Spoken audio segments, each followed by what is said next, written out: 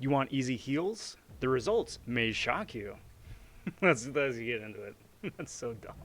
Hey there, hi there everybody, robvonshoe here. We're going to be taking a look at Odin's Prefight ability that reduces shock damage.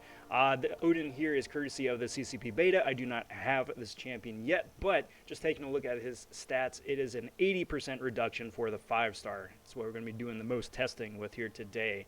Testing up against Storm, and the idea here is to see if it's possible to achieve some easy heals with a worthy Norseman who can also be a horseman. Cool note about Storm real quick. Storm reduces incoming shock damage depending on her stored power, so at 0 power she's on par with just about everybody else who doesn't have resistance in the first place.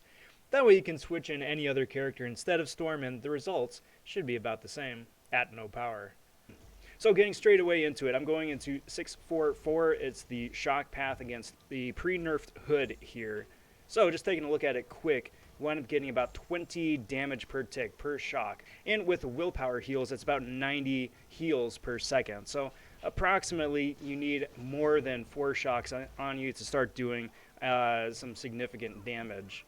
Alright, well, let's get straight away into it, right? So then I've got a Odin right here, the 5-star. I'm going to be throwing on the Odin Prefight, so that is an 80% additional shock resistance on top of Storm's innate ability to reduce shock by a set amount, right? So starting off here, instead of that 20 damage per tick, it's coming in about 2 damage per tick. Well, that is a significant reduction right there. Now, still healing for the same 94 across the board. That's just courtesy willpower, right? But nice little reduction there.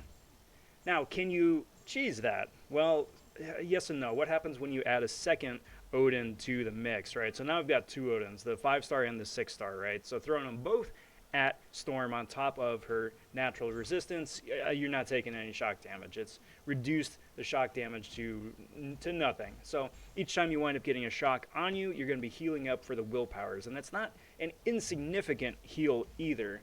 You're going to be shocked most of the time here on this path specifically, so it's going to wind up accounting for a really nice heal. But here's where we get into the weeds with things. Is it worth it?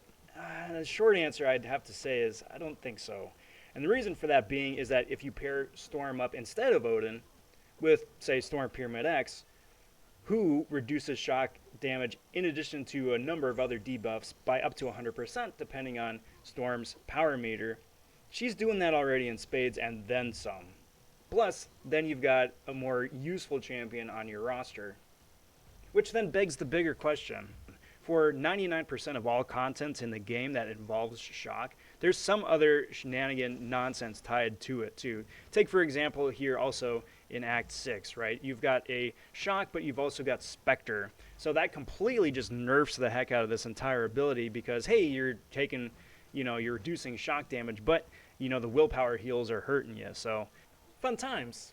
Really, I think the best place this is going to wind up playing out is if they wind up coming out with even more annoyingly intricate nodes. Like, you need a bleed and a poison immune champ. You also need a shock immune champ who isn't Emma Frost for, I don't know, war, for incursions, something like that.